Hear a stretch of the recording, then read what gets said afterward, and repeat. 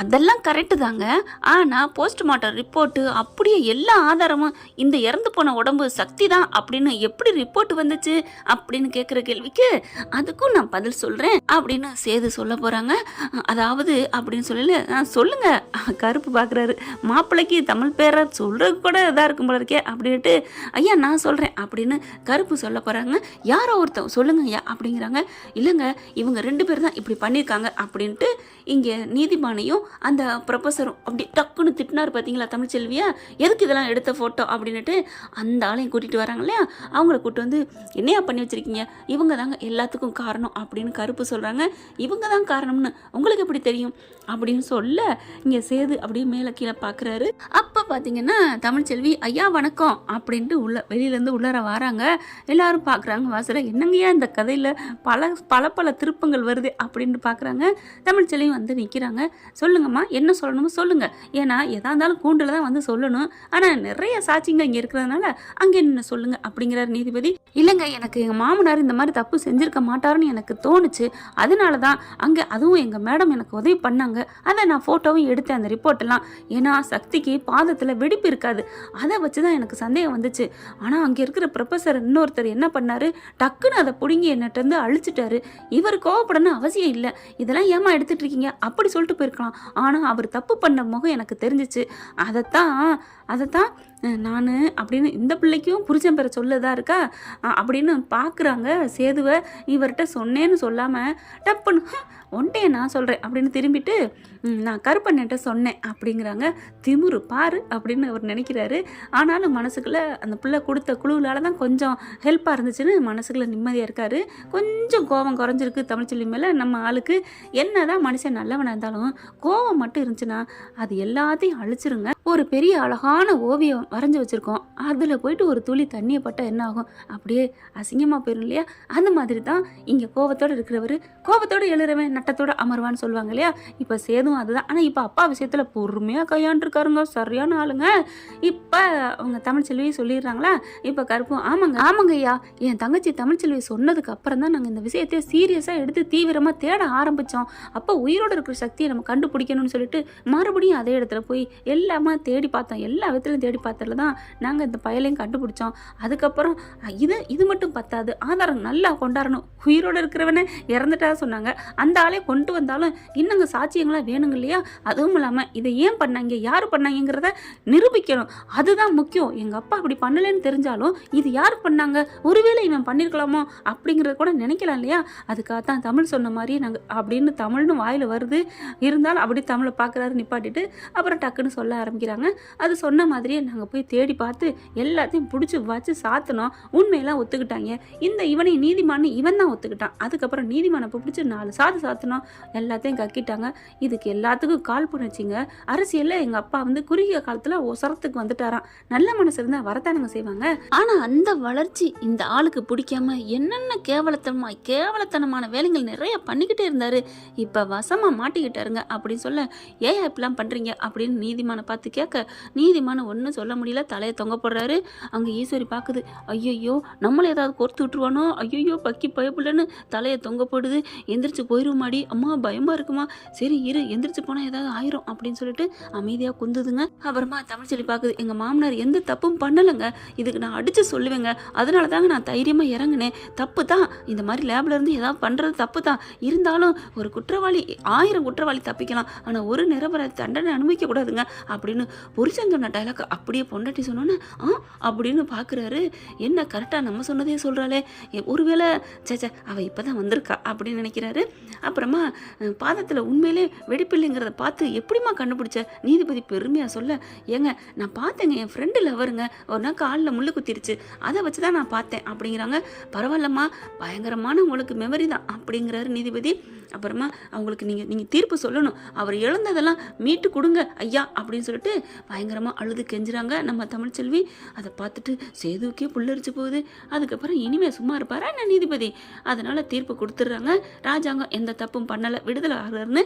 ஆனால் இங்கே அவங்க தாமஸுக்கும் அவங்க நீதிமானுக்கும் பயங்கரமான ஆயுள் தண்டனை கொடுத்ததான் ரெட்ட ஆயுள் தண்டனை அப்படின்னு கொடுத்துட்றாங்க.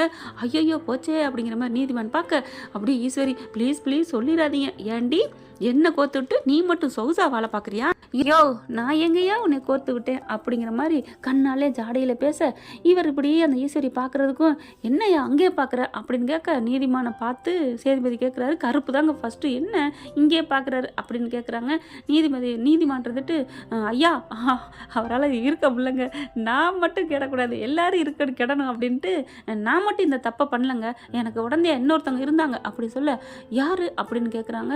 பார்த்தா அப்படியே ஈஸ்வரி தலையை தொங்கப்பட இருந்தா மாட்டிக்கிறான் தெரிஞ்சு தலையை தொங்க போட்டு எந்திரிக்கிறாங்க பாருங்க, அவங்க தான் அப்படி சொல்ல இல்லை நான் பாத்ரூம் போகிறக்கு எந்திரிச்சேன் அப்படின்னு சொல்ல சேதுபதி பார்க்குறாரு. தமிழ் சொல்லுது இல்லைங்கய்யா நான் நம்புறேங்கய்யா, அவங்க தான் எல்லாம் பண்ணியிருப்பாங்கன்னு, இவருக்கு உதவியாக இருந்திருப்பாங்க, நான் சொல்கிறேன் அப்படின்னு அடித்து சொல்ல இல்லை அவள் என் மேலே கோபத்தில் இருக்கா, நான் சும்மா பாத்ரூமுக்கு தான் எந்திரிச்சேன் அப்படின்னு சொல்ல எங்கேம்மா எந்திரிச்சு போகிறேன், நான் வெளில போகிறேன்னு வெளில எந்திரிச்சு போனதாங்க தப்பு, என்ன பண்ணாங்க இங்கே இருக்கவங்களா எப்படியா அப்படின்னு சொல்லி பிடிக்க சொல்கிறாங்க.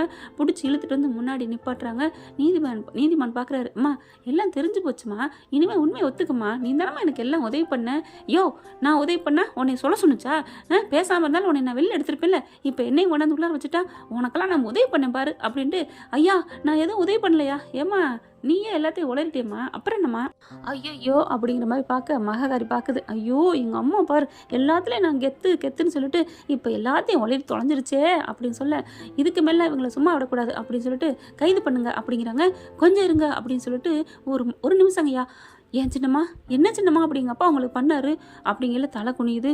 இல்லை சேது அது சேது சே நீங்கள் இப்படி இருப்பீங்கன்னு நினைக்கவே இல்லை அப்படின்னு சொன்னேன்னு என்ன நீ ரொம்ப பேசுகிற, நான் இப்படி இருப்பேன்னா என்னன்னு இருக்கேன், உங்கள் வீட்டுக்கு வந்ததுலேருந்து நான் என்னத்தை சோத்தை கண்டேன், உன் சித்தாப்பனுக்கு வாக்கப்பட்டு புண்ணியம் இல்லை, நான் வெறும் மூணாந்தார் மாதிரி தான் கீழே ஒரு மண் வேஸ்ட் மாதிரி தான் இருந்துகிட்ருக்கேன், ஒரு பதவி இல்லை, ஒரு மதிப்பு இல்லை, ஒரு மரியாதை இல்லை பார்த்தேன், அதனால தான் உங்கள் எல்லாத்தையும் ஒழிச்சு கட்டிட்டு அந்த வீட்டுக்கு நானே ராணி ஆகலான்னு நினச்சேன், அதுக்குள்ளே இந்த மண்ணாக்கிட்டேன் அப்படின்னு சேதுபதி போய் அடிக்க ஏய் அப்படின்னு சொல்லிட்டு அறைய போகிறாங்க.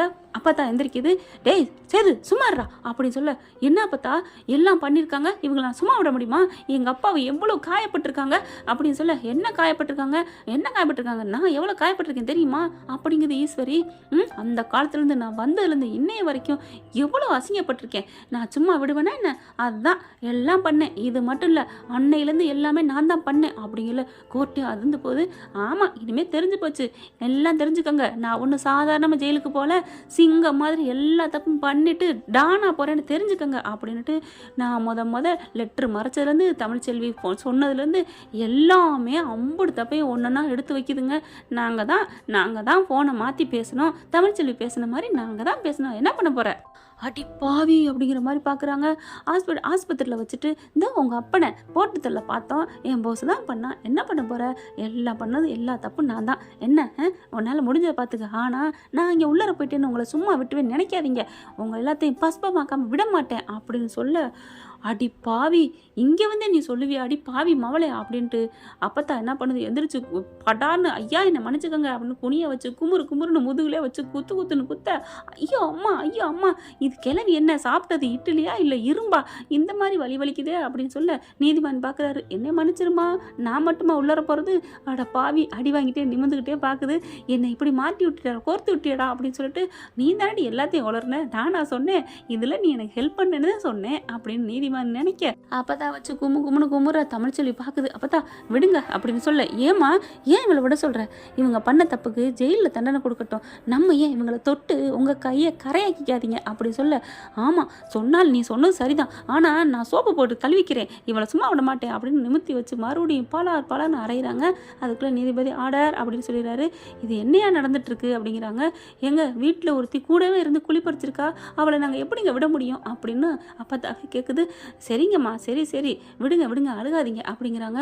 அதுக்கப்புறம் ஏம்மா நீ மட்டும்தான் இதை சின்னம்மா உடந்தையா, அதே எப்படி உன் மகளுக்கு தெரியாமல் இருக்கும்? சேது அதெல்லாம் இல்லை சேது, எனக்கு இதுக்கு சம்மந்தமே இல்லை அப்படின்னு சித்ரா சொல்ல, இல்லைங்க எனக்கு வந்து நம்பிக்கை இல்லை, இவங்க 2 பேர் தான் சேர்ந்து பண்ணியிருக்கணும் அப்படின்னு சொல்லல கரெக்டாக ஐஸ்வர்யா ஓட பார்க்குது, பிடிச்சி இழுத்துட்டு வருது. ஓடி போய் நம்ம தமிழ்ச்செல்வி இவ அண்ணே அப்படிங்கிறது புருஷனை சொல்ல போகுது. ஆனால் விட்டுட்டு இங்கே பாருங்க இவளும் தான் ஓட போறா, இது எல்லாத்துக்கும் இவளும் தான் உடந்த, என்னோட குரல் மாதிரியே பேசி மாற்றி பேசி எல்லாத்துக்கும் மூல காரணம் பிள்ளையார் சொல்லி போட்டதே இவ தான் அப்படின்னு சொல்ல பிடிச்சி இழுத்துட்டு வராங்க. ஓட பார்க்குறா அப்படி சொன்னோன்னே போலீஸை பிடிச்சி அரெஸ்ட் பண்ண சொல்கிறாரு நீதிபதி.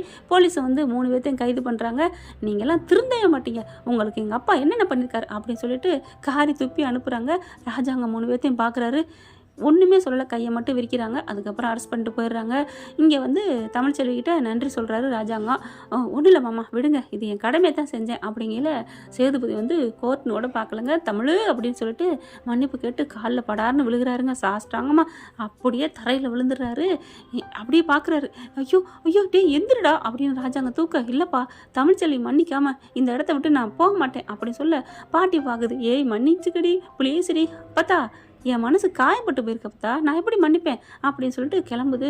எல்லாரும் கிளம்புறாங்க. ராஜாங்க பார்க்குறாரு, டே எந்திரடா அப்பா, நீங்கள் போங்கப்பா, நீங்கள் இங்கே நிற்காதீங்க, நீங்கள் இங்கே நின்னா துணைக்கு அவங்க அப்பா இருக்காருன்னு தமிழ்ச்செல்வி வரமாட்டா, கண்டிப்பாக வருவா, என்னை வந்து கூப்பிட்டு போவா அப்படின்னு சொல்லிட்டு வெளியில் வந்து அப்படியே ஒரு மரத்தடியில் படுத்துடுறாரு. எல்லாரும் கிளம்பி போகிறாங்க. இங்கே 2 போலீஸ்லாம், ஐயா எந்திரிங்க, இப்பெல்லாம் இருக்கக்கூடாது, அண்ணே ப்ளீஸ்ண்ணே என் பொண்டாட்டி கூட சேரணுண்ணே, அதுக்காக தானே வேறு எந்த தப்பும் பண்ணலை, போங்கண்ணே அப்படிங்கிறாங்க. தமிழ்ச்செல்வியும் போயிடுறாங்க. பார்த்தா எல்லாம் வருவாளான்னு பார்த்துக்கிட்டே இருக்காங்க. ஐயோ சாயந்தரம் ஆகுதே, இவ வராமல் போயிடுவாளோ, ஒருவேளை வரலைன்னா ராத்திரி ஆயிருமே, ஏதாவது சிங்கம் புலி கரடி பாம்பு பேய் வந்துடுமோ, ஐயோ கடவுளே ஆண்டவா அப்படின்னு சொல்லிட்டு அப்படியே ஒரு பயத்தோட படுத்திருக்காரு. பார்த்தா எல்லாம் கலைஞ்சிருது. இங்கே தமிழ்ச்செல்வி வீட்டுக்கு போயிடுறாங்க. நடந்ததை பூரா அவங்க அம்மா அப்பா கிட்ட சொல்கிறாங்க. இங்கே ராஜாங்கம்மா அவங்க வீட்டுக்கு போயிடுறாங்க. நடந்ததெல்லாம் கேட்டுட்டு சேது என்னதான் என்னை வெளியில் எடுத்தாலும் என் மேலே தப்பு இல்லைன்னு நிரூபித்தாலும் பொண்டாட்டிக்கு பண்ணது பெரிய தப்பு, அவன் இருந்து கூட்டிகிட்டு வரட்டும், வந்தால் தமிழ்ச்செல்வியோட தான் வீட்டுக்குள்ளே வரணும், இல்லைன்னா அவன் வரக்கூடாது அப்படின்னு ஸ்ட்ரிக்டாக சொல்லிட்டு போயிடுறாரா. அதனால் ராஜாங்கத்தில் அவர் பேச்சை கேட்டு யாருமே இங்கே சேதுக்கிட்ட நிற்கலைங்க. அப்பத்தா மலர் எல்லாருக்குமே அவங்க தமிழ்ச்செல்வி வீட்டுக்குள்ளே வரதானே ஆசை. அதை விட ஒரு பெரிய இது என்னென்னா வீட்டை பிடிச்சிருந்த பீடை கொடுமை சக்தி எல்லாமே தீய சக்தியெல்லாம் ஒளிஞ்சு போய் ஜெயிலுக்கு போயிடுச்சுங்க.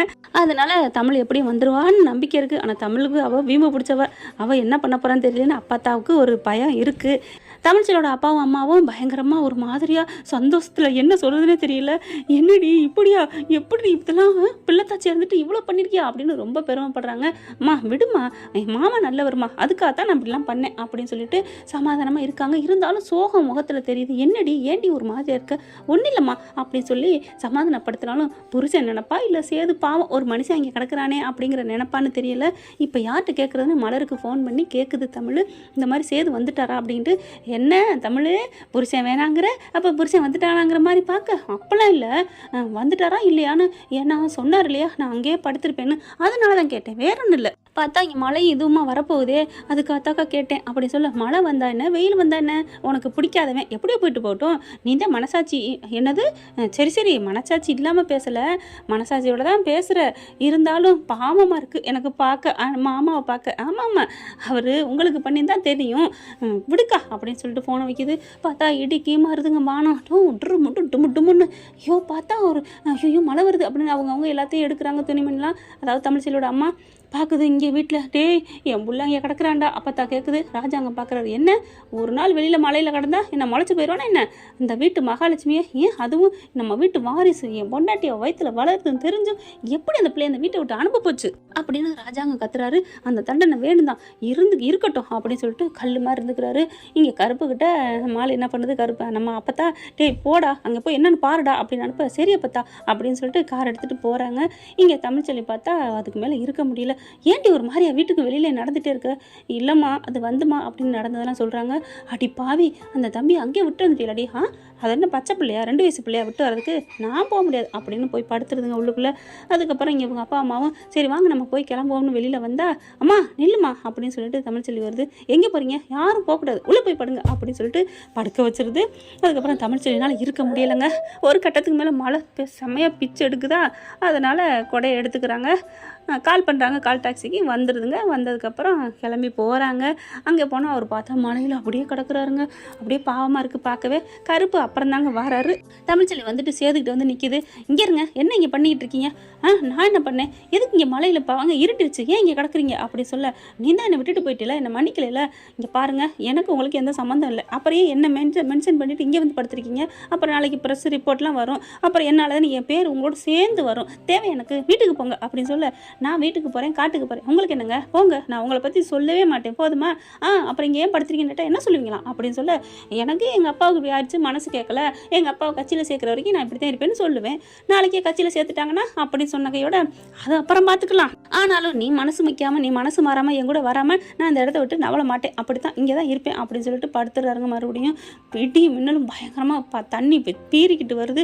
ஐயோ தண்ணி காலளவுக்கு வருது, எந்திரிங்க அப்படின்னு சொல்கிறாங்க. நான் வர மாட்டேன் அப்படின்னு சொல்லல. பார்த்தா கருப்பு வந்துடுறாரு. அப்பாடா பொண்டாட்டி வந்துட்டாளா, இனிமேல் நம்ம இருக்கணும் அப்படி சொல்லிட்டு கிளம்ப போயில வண்டியை பார்த்துடுறாங்க. வண்டியை பார்த்துட்டு ஓடுறாங்க. நம்ம தமிழ் பார்த்தா கருப்பு ஐயோ புள்ள ஓடி வராலே நிப்பாட்டிடுறாரு. என்னண்ணே வந்துட்டு போகிறீங்க? இல்லைத்தா நீ இருக்கேன்னு தான். அட போங்கண்ணே, வந்து கூப்பிட்டு போங்கண்ணே. ஏம்மா இவ்வளோ அக்கறை இருக்குது, நீ வண்டிக்குள்ள வரலாம்ல? என்னண்ணே எல்லாம் தெரிஞ்சு பேசுகிற, நான் சத்தியம் பண்ணிட்டு வந்திருக்கேனே, கற்பூர தனச்சு, நான் வரமாட்டேன் அப்படின்னு சொல்லிட்டு தூக்க சொல்கிறாங்க. ஆனால் சேது அதெல்லாம் முடியாது, தமிழ்ச்செல்வி வீட்டுக்கு வராந்தான் நான் வருவேன் அப்படிங்கிறாங்க. வேறு வழியே இல்லை, ராத்திரி ஆகிட்டே இருக்குது, வேறு வழி இல்லாமல் கருப்பு உட்காந்துறாரு. என்னத்தா பாருத்தா, சும்மா சும்மா சொல்கிறேன் அப்படின்னு போயிட்டு தமிழ்கிட்ட குசு குசுன்னு பேசுகிறாரு. சும்மா வச்சுக்குன்னு வரேன்னு சொல்லிட்டு வீடு வரைக்கும் வந்துட்டு உள்ளுக்க தள்ளிட்டு அப்படியே நீ வீட்டுக்குள்ள வர வேணாம், அப்புறமா போய்க்க தாய் அப்படிங்கிறாரு கருப்பு. சரின்னு சொல்லிட்டு கருப்பு சொன்னதை கேட்டுட்டு சேதுக்கிட்ட நான் வர்றேன் அப்படின்னு சொன்னா ஐ அப்படின்னு எந்திரிக்கிறாரு. அதுக்கப்புறம் வேகமாக காருக்குள்ள வந்து உட்கார, வா தமிழ் அப்படின்னு கூப்பிட தமிழ்ச்செல்வி உட்காந்துக்கிறாங்க. பின்னாடி போய் உட்கார போயில நீங்கள் முன்னாடி போங்க அப்படின்னு சொல்லி முன்னாடி உட்கார வச்சிடுறாங்க. அதுக்கப்புறம் 2 பேர் வீட்டுக்கு போனால் கருப்பு சொன்ன மாதிரியே தமிழ்ச்செல்வி இறங்கி வீட்டுக்கு மறுபடியும் திரும்புது. என்னாச்சு தமிழ் வரேன்னு சொல்லி தானே வந்த அப்படின்னு சேது கேட்க, அது எங்கள் டீலிங் இல்லை அண்ணே, நீ எல்லாத்தையும் சொல்லிக்கணே அப்படின்னு கிளம்புறாங்க. வீட்டுக்கு வந்த மறுபடியும் போகிறாளேன்னு எல்லாரும் ஓடி வராங்க. ஆனால் யாருக்கிட்டையும் பேசாமல் அங்கேருந்து தமிழ்ச்செல்வி கிளம்புறாங்க. என்ன ஃப்ரெண்ட் இப்படிலாம் நடக்கும்னு பார்க்குறீங்களா? தமிழ்ச்செல்வி வராதுங்க, அது ரூமுக்குள்ளே போய் தான் இருக்குது. இந்த மாதிரி கூட்டி அந்த விடுற மாதிரியும் அதுக்கப்புறமும் போகிற மாதிரியும் நம்ம அப்பத்தா தாங்க கனவு காங்குது. ஐயோ என்ன இது மழை பெய்யுதே, இப்போ தமிழ்ச்செல்வி கூட்டியாந்து வரமாட்டாளா, நம்மளா போய் கூட்டு வருவோம் அப்படின்னு, டே கருப்பு கிளம்புடா அப்படின்னு சொல்லி 2 பேரும் கிளம்பி வராங்க நம்ம சேதுவை கூப்பிட்றதுக்கு. என்ன ஃப்ரெண்ட் இப்படி தானே போகும், பார்க்கலாம் என்ன நடக்க போகுதுன்னு. தேங்க்யூ. இந்த வீடியோ உங்களுக்கு பிடிச்சிருந்தா தயவு செய்து லைக் பண்ணுங்க. இன்னும் அப்டேட்ஸ்க்காக சேனலை சப்ஸ்கிரைப் பண்ண மறக்காதீங்க. நம்ம கிட்ட இருக்க எல்லா சேனல்ஸோட லேட்டஸ்ட் வீடியோ அப்டேட்ஸ்க்காக மேல ரைட் சைடுல காட்டுற லிங்கை கிளிக் பண்ணி வாட்ஸ்அப் குரூப்ல ஜாயின் பண்ணுங்க. உங்களிடம் விடைபெறுவது நான் உங்கள் மெஹர்.